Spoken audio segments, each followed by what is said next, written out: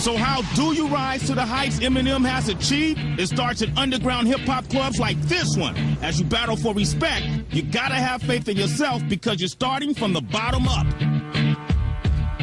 So here we are. This is the Detroit famous club Shelter, right? This is kind of the mock-up of what the 8 Mile movie was. This was kind of what they based the movie off of. It's like we kind of went back to 95, 96. I kept rhyming and step right in the next cipher. Best believe somebody's paying the Pied Piper. It was in rhyme circles like this where Eminem first realized who he was. An MC with something to say. More important, he wasn't afraid to say it. When did you really feel like you had the gall to actually step in a cipher, step to somebody and just bust? You know, back then, somebody would call somebody out on the mic. And I don't think I ever called anybody out. I always got called out. You know what I'm saying? You know, somebody had a mic and the white boy over there can get it too. So break me down. Like, how would you break down an MC? I'm gonna give you a pass to break me down. If I was an MC just stepping at you like this, you know. If you was an MC and you had caught me out, yeah. Well, it would depend on. It probably would depend on what I said, what you said to me in order for me to throw it back. But I'll say top of the head, Slim Shady. Weaker than the ankles on the elderly lady. Faker than a mannequin posing at Old Navy. Screw it, I'ma change your name, introducing Slim Brady. Then I would say to you, off the top of your head, that's not off the top of your head, I'll take the turban off the top of your head. If you flat on the ground dead, yo, I'm #1. And that suit right there is from 1981. And first of all, you don't want to step to me. Look at your shoes. Dog, they're broke as they're broker than you. Look at your gear. Your get the out of here. I don't want to have it here. Take another beer. Go take a sip. Here, go sit down. Do yourself a favor, because, dog, you're a clown. The orange and... I just got officially slayed by him. And then, you know, the best part about it was, no matter what somebody said to the next person, you shake hands. You know what I'm saying? And it was all love. Yeah. Now, let's fast forward in your career. You decided to make the movie 8 Mile, and it seems like this battling legacy is pretty much the vocal point of that movie. See, me without a style's like mustard without the Heinz. I lead the new school. You're a buster without the rhymes. We knew we wanted to make a movie where it showed why battling was so essential and was so intense. Everybody had to be the first person to make it from Detroit. But it also felt like with the movie, it was your way of giving back. Yeah, definitely. I mean, everybody wants to give back to their hometown, and any bit of light I could bring to the city, you know, I wanted to do. So with the movie 8 Mile and with the Ford Field show, that's why I live here. This is why I stay here. This is why I'm not leaving. Yeah, I was at the show at Ford Field, and it was big. Detroit! Just blocks away from the Shelter is Detroit's Ford Field, where nearly 50,000 screaming fans witnessed the biggest hip-hop show the city's ever seen. M's had some monster performances in his career, but the Ford Field show forever solidified the bond between Detroit and his hometown hero, Eminem. We fast forward in your career now, and things have changed in a major way since the days of the Shelter to performing now in places like Ford Field. I know I talked to Jay-Z, and he said being a native of New York, one of the biggest things he accomplished that he really liked was the fact that he got to perform in the Garden. Yeah, to sell out the Garden. Yeah. How was it for you performing here in Detroit at Ford Field? Crazy. All these people I had to leave in limbo.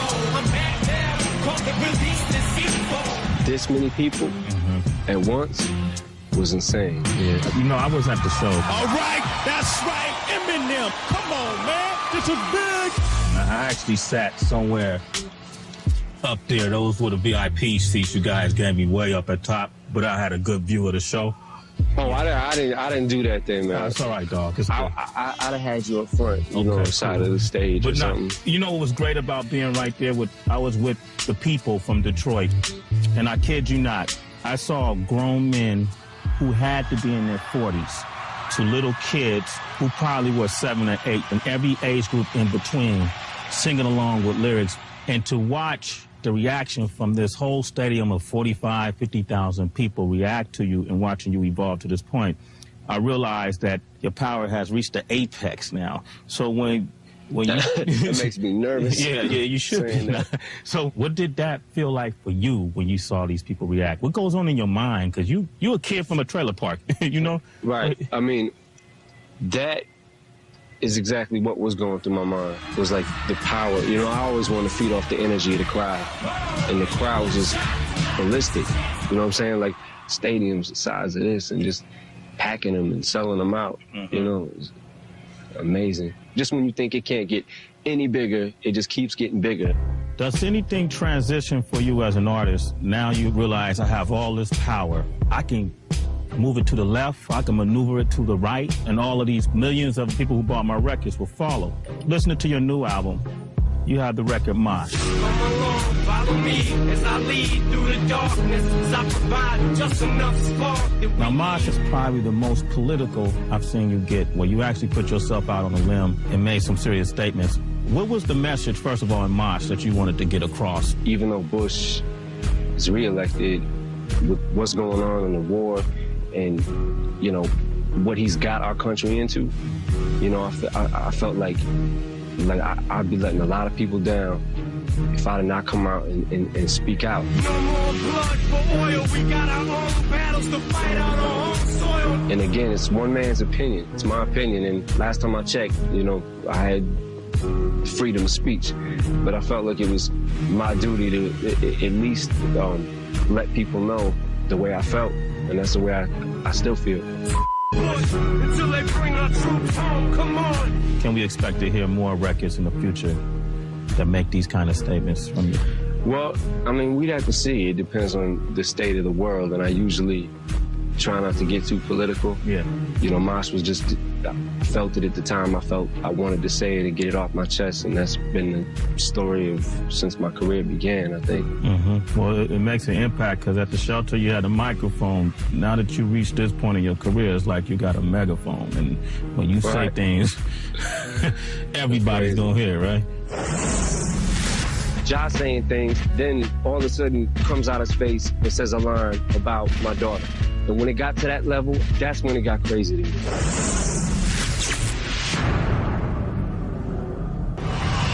This whole TRL thing, is this a gift or is it a curse? Curse. When you first came out to the world, at least, My Name was that first record.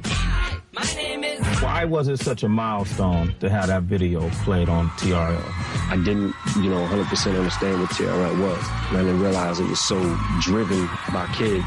It's almost like the kids control it. Mm-hmm. And when I found out the video was whatever number it was at, just to know that it was on there felt like, uh-oh, it's really about to happen. Give it up for Eminem.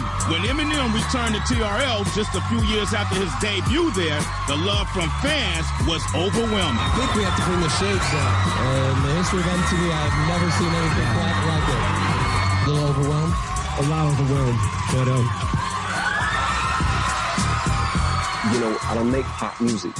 And all of a sudden, I started making popular music. Mm-hmm. So it was like, when I first started lashing out at pop stars, it was because I was placed in that category. And coming from being an underground MC, I just didn't want to be grouped in with that bunch. I'm sick of you little girl and boy groups, all you do is annoy me, so I have been sitting here to destroy you. In the past, you could say certain things about certain artists. Now when you make a song called Just Lose It, now you're the target, too. And I know Michael Jackson has come out and protested your video. What else could I possibly do to make noise? I done touched on everything but little boys. That's not a stab at Michael, that's just a metaphor. I'm just psycho. That was never intended to be anything more than just spoofing pop icons from the 80s. As far as his music, the man is a legend. And in all honesty, his personal business and what he's got going on and all that, like, I'm neither here nor there with it. It's easy for M to shrug off criticism from other famous artists, but facing public fallout for lyrics labeled as offensive, that's impossible to avoid. When it first seemed obvious to me that you were becoming a target, and it's just at a point where you had accomplished so much, probably about the 2001 Grammys. The gay community was in an uproar over lyrics you had said. People were picketing the Grammys and claiming that you were homophobic. When you first heard that accusation, what goes through your mind? I'm not the first rapper to say the word gay or the word faggot in a rap, but for some reason, when I had said that word, that word meant more than the average rapper. So are you homophobic? Nah, I'm whatever. Like, I'm just the average kid from middle to lower class neighborhoods growing up. It's just a word you learn. It's just a word. It was that nonchalant way of like saying you're being an asshole, and it was completely dismissed off. Nobody really thought of it as being like that. But an angry and increasingly vocal opposition wasn't having that. With millions of young fans hanging on his every word, M couldn't escape accountability for his harsh lyrics. He had to do something, and he responded in the way he knew best, by taking it to the stage. This is the biggest news going, the fact that you were going to perform on stage with Elton John, who is a celebrated homosexual celebrity who, you know, doesn't hide it. And how did that idea come about? Who suggested it? Did you come up with that? He came up with that? We were debating on whether I was going to perform at the Grammys or not. And I was like, the only way I'll perform at the Grammys is with Elton John. And I was saying it in kind of jest, like thinking that it would never happen. And then the idea of it just started becoming more like, okay, this is a way to really flip it around and really f people's head up. Yes, we should be together too. But she's gone For the sake of messing their heads up, or did you want to also, through your action, make a statement that, look, I'm okay with this? It was more so like, you know, just a statement, period. Like, if you really think that about me, you really don't know Marshall. You really don't know me. Being this newfound target, since then, drama hasn't stopped. Yep. For you.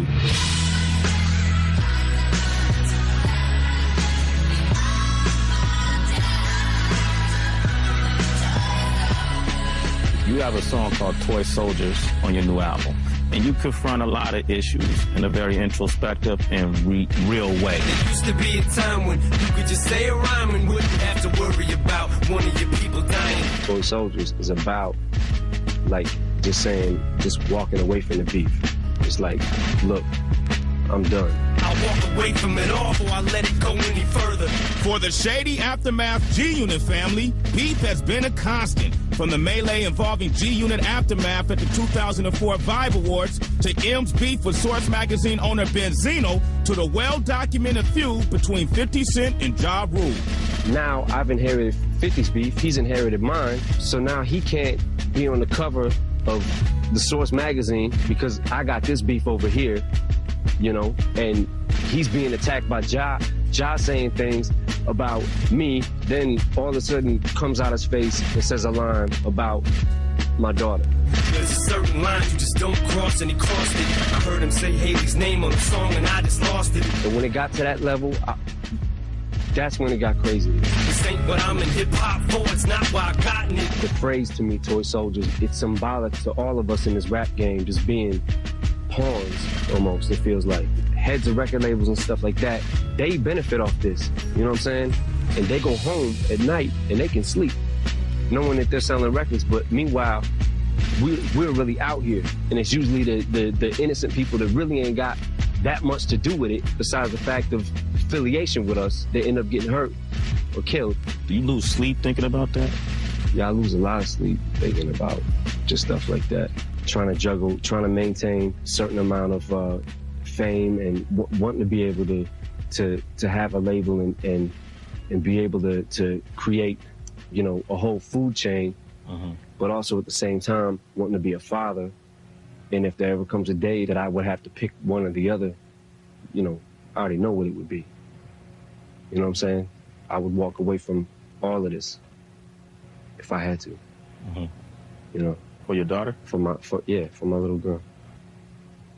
You know, it seemed like you've gone through a serious transition and evolution, you know, since the days of I just don't give a F and till now. I think a lot of it has to do with just maturing and age and everything, just being, you know, just growing up. This man is a legend, and he saved my life, and I'll never forget that.